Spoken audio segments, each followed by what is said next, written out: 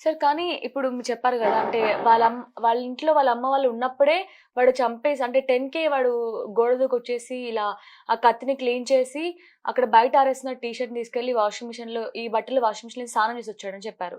So, అప్పుడు వాళ్ళ parents ఇంట్లోనే ఉన్నారు. సో, వాళ్ళ పేరెంట్స్ ఏమి అడగలేదా? అంటే ఏంట్రా ఈ టైంలో స్నానం చేసావు? నువ్వు బట్టలు ఉతకడం ఏంటి? అని ఏమైనా అడగడం జరిగిందా? ఇంకొకటేంటంటే వాళ్ళ అమ్మే పోలీసులకి ఇన్ఫార్మ్ చేసింది ఫస్ట్ అంటూ గూడా చెప్తున్నారు. దాని గురించి ఏం చెప్తారు? లేదు లేదు. వీళ్ళమ్మ అంటే మొదటిసారి పోలీసులు ప్రశ్నించిన తర్వాత రెండో రోజు, మూడో రోజు పోలీసులు ఎవరు దొరకటం లేదు. ఏమిటిది అంటే వాడు ఏదో మాట్లాడుతుంటే అప్పుడు తల్లి అనింది, "ఏమిట్రా నువ్వేమన్నా చేశావా? ఏంది వెధవ పని?" ఎందుకంటే అంటే తల్లికి కూడా వెధవ పనులు చేస్తాడు వీడు అనేది తెలుసు. హ్మ్. అందువల్లే "నువ్వేమన్నా చేశావా ఈ ఎదవ పనులంటే" "నేనెందుకు చేస్తాను? ఏమో ఎవరో ఏమో గాని నువ్వే నన్ను పోలీసులకు పట్టించేటట్టున్నావు" హ్మ్. అని అన్నాడు. కానీ ఆమె ఇంకాస్త గట్టిగా "వెధవ నువ్వే చేసుంటావులే ఈ పని" అని చెప్పి 2 దెబ్బలేసుంటే చెప్పేసేవాడు అప్పుడే. కానీ హ్మ్. అది చేయలే. అంతటితో క్వెషన్ చేసి ఆగిపోయిందామె. తండ్రైతే పట్టించుకోలే. సో, అదేగా ఈ పిల్లాడిని ఇంట్రాగేట్ చేసిన తర్వాత ఇదంతా వచ్చింది. అదే తర్వాత పోలీస్ ఇన్వెస్టిగేషన్‌లో ఆ షర్ట్‌ని బ్లూరో టెక్నాలజీ పైన, కత్తి పైన చూస్తే బ్లడ్ స్టెయిన్స్ ఉన్నాయి. అవి సీజ్ చేశారు. హ్మ్. అదేవిధంగా పక్కింటాయన ఈయన ఎన్ని గంటలకు పోయింది, ఎన్ని గంటలకు మళ్ళా తిరిగొచ్చింది, ఆయన స్టేట్మెంట్ రికార్డ్ చేశారు. ఆ చనిపోయిన టైము కరెక్ట్‌గా ఉంది. కత్తిపోట్లకు సంబంధించి షార్ప్ నైఫు, ఆ విధంగా వీడు రైట్ హ్యాండ్ హ్యాబిటు ఇవన్నీ పోల్చుకొని చూస్తే ఈ అబ్బాయి చంపాడు అని హ్మ్. నిర్ధారణకొచ్చి, ఆ తర్వాత ఇంట్రాగేట్ చేసి, వాడు ఏ విధంగా పోయాడు, ఏ విధంగా వచ్చాడు అదంతా క్లియర్‌గా చేసుకొని, ఆ తర్వాత వాడిని అరెస్ట్ చేయడం జరిగింది. ఓకే. సార్ ఇప్పుడు అంటే వాడికి 14 ఇయర్స్, 15 ఇయర్స్ లోపే ఉన్నట్టు తెలుస్తుంది సార్. అంటే తనకి శిక్ష పడే అవకాశం లేదు గూడా చెప్పుకొస్తున్నారు. అయితే ఇప్పుడు ఒకవేళ తనకి శిక్ష పడకపోతే రేపొద్దున్నే ఇంకొకరు ఇలా చేసే అవకాశం ఉందంటారా? ఇప్పుడు అంతెందుకు ఇప్పుడు సహసా తమ్ముడే అంటున్నాడంట గదా! అంటే మా అక్కని చంపిన వాడిని నేను గూడా చంపేస్తానని.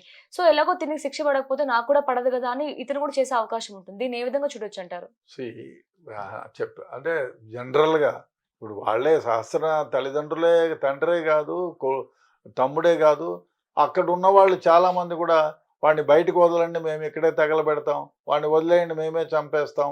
వాడిని గూడా అదే విధంగా కత్తితో పొడుస్తాం అనేవాళ్ళు చాలామంది. ఆ చుట్టుపక్కల ఉండేవాళ్ళు అందరూ అదే మాట అంటున్నారు. అవును. వాళ్ళ తండ్రి అదే మాట అన్నాడు. ఇంక చాలామంది గూడా అదే మాట. వాళ్ళ బంధువర్గంలో గూడా చాలామంది. అదే చంపినప్పుడు ఆవేశంలో ఆ విధంగా అనడం సహజం. అది మామూలు కూడా. అయితే వాళ్ళ తమ్ముడు అంటే ఇది చూసి వాడికి 3 ఏళ్లే శిక్ష పడుతుంది. కాబట్టి మనం ఎవరినైనా చంపేయొచ్చు అనే ఆలోచన వస్తుందా అనుకోవడం ఐ డోంట్ థింక్ అది జరగదేమో అనుకుంటున్నా. ఎందుకంటే వాడి 3 ఏళ్ళు వాడిని అరెస్ట్ చేసిన తర్వాత వీడిని అరెస్ట్ చేసి 3 ఏళ్ళు అయితే బిలో 15 ఇయర్స్ అంటే 16 ఇయర్స్ అంటే 3 ఏళ్ళు జూనియల్ హోమ్‌లో పెట్టాలి వాడిని. హ్మ్. పెడతారు. పెట్టిన తర్వాత వాడిని మామూలుగా బయటకు వదులుతారు. పూచీకత్తు తీసుకొని వదులుతారు. ఆ తర్వాత వాడికి అప్పటికి ఇప్పుడు 15, 16, 17, 18 అయిపోతుంది. హ్మ్. 18 తర్వాత వాడు ఏం చేసినా ఎల్డర్లీ కింద అయిపోతుంది. వాడికి ఉరిశిక్ష కూడా పడొచ్చు. హ్మ్. కాబట్టి అటువంటి సాహసం ఎవరు చేయకపోవచ్చు. ఇదో గుణపాఠంగా కూడా ఉంటుంది. వాడు ఈ విధంగా చేసి వాడి జీవితం ఇప్పుడు వాడు చంపాలి అనుకున్న తర్వాత వాడి జీవితం ఏమైంది? బోస్టన్ స్కూల్‌లో ఉంటాడు. అయిపోయింది. వ వాడిని ఎవరైనా కూడా వీడు మర్డర్ చేసి జైలుకి పోయిచ్చినాడనే అంటారు గానీ, ఏదో పెద్ద ఏదో వీర చక్రాన్ని సాధించినాడు పూలదండలేసి స్వాగతం పలుకుతామని ఎవరు అనరు కదా! హ్మ్. కాబట్టి ఆ మచ్చ అలాగే ఉంటది. సమాజంలో వాడికి గౌరవం, విలువ లేకుండా పోతుంది. వానితో పాటు కూడా తల్లిదండ్రులు కూడా "ఏం కమన్నారయ్యా! వాడి వాడిని చూడు ఎంత దరిద్రంగా పెంచారో మీరు. వాడు సరిగా పెంచి ఉంటే వాడెందుకు ఈ ఈ బా చెడ్డ మార్గంలో ప్రవేశిస్తాడని" తల్లిదండ్రులు కూడా అంటారు. అదే కాకుండా ఇది లోపము తల్లిదండ్రుల్లో ఉంది. హ్మ్. తల్లిదండ్రులు సక్రమంగా వాడిని పెంచి ఉంటే డెఫినెట్‌గా వానికి ఎథిక్సు, మారల్సు, మేనర్సు ఈ క్యారెక్టర్‌ని ఇచ్చి ఉంటే ఇంత పని చేసేవాడు కాదు. కాబట్టి అవేమీ లేవు కాబట్టి సమాజంలో ఒకటి గుర్తుంచుకోవాలి. చాలామంది పిల్లలు ఇప్పుడు నార్కోటిక్ డ్రగ్స్‌కి అలవాటు పడుతున్నారు. అదేవిధంగా చెడ్డ చెడ్డ పనులు చేయడానికి, దొంగతనాలు చేయడానికి అలవాటు పడుతున్నారంటే కారణం ఏమిటంటే ఈ స్మార్ట్ ఫోను, తల్లిదండ్రుల పర్యవేక్షణ లేకపోవటం. ఈ కారణాల వల్ల పిల్లలు చెడు వ్యసనాలకు లోనవుతున్నారు. ఎస్పెషల్లీ ఈ ఫోను ద్వారా. ఫోన్‌లో ఏమైందంటే దరిద్రం మనం ఏదో చూస్తామంటే ఇంకేదో మనం చూడకూడనివి దరిద్రం అంతా వస్తుంది. ఉమ్, దానికి అడిక్ట్ అయితే పిల్లలు దాని నుంచి ఇప్పుడు తల్లి అందుకే దీనికి ఇంకొక విధంగా మూల కారణం తల్లిదండ్రులే. తల్లి వంట చేసేటప్పుడు వీడేదో కేక పెడుతున్నాడు, అరుస్తున్నాడు, ఇది గోలంతా ఎందుకని ఫోన్ చేతికి ఇచ్చేస్తుంది. అవును. కానీ అది వాని మైండ్ పైన ఎంత దుష్ప్రభావాన్ని చూపిస్తుందో అది గుర్తించడం లేదు. నేను చెప్పేది ఏమంటే తల్లులకు దయచేసి మీరు ఆట బొమ్మలు కొనివ్వండి, ఇంకోటి కొనివ్వండి, ఈ స్మార్ట్ ఫోన్ చేతిలోకి వచ్చి దీని విధంగా బ్రెయిన్ మీద ఎఫెక్ట్ ఉంటుంది.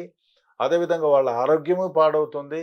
ఇవన్నిటికి మించి దీన్ని చూసి చూసి ఫిట్స్ వచ్చే వ్యవహారం ఉంది.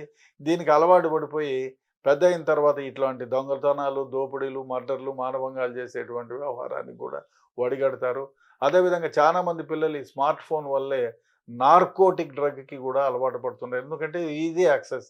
డార్క్ వెబ్‌సైట్‌లో కొట్టరా నీకు వస్తుందని ఎవడో వెధవ చెప్పినాడనుకో వీడు కొడతాడు.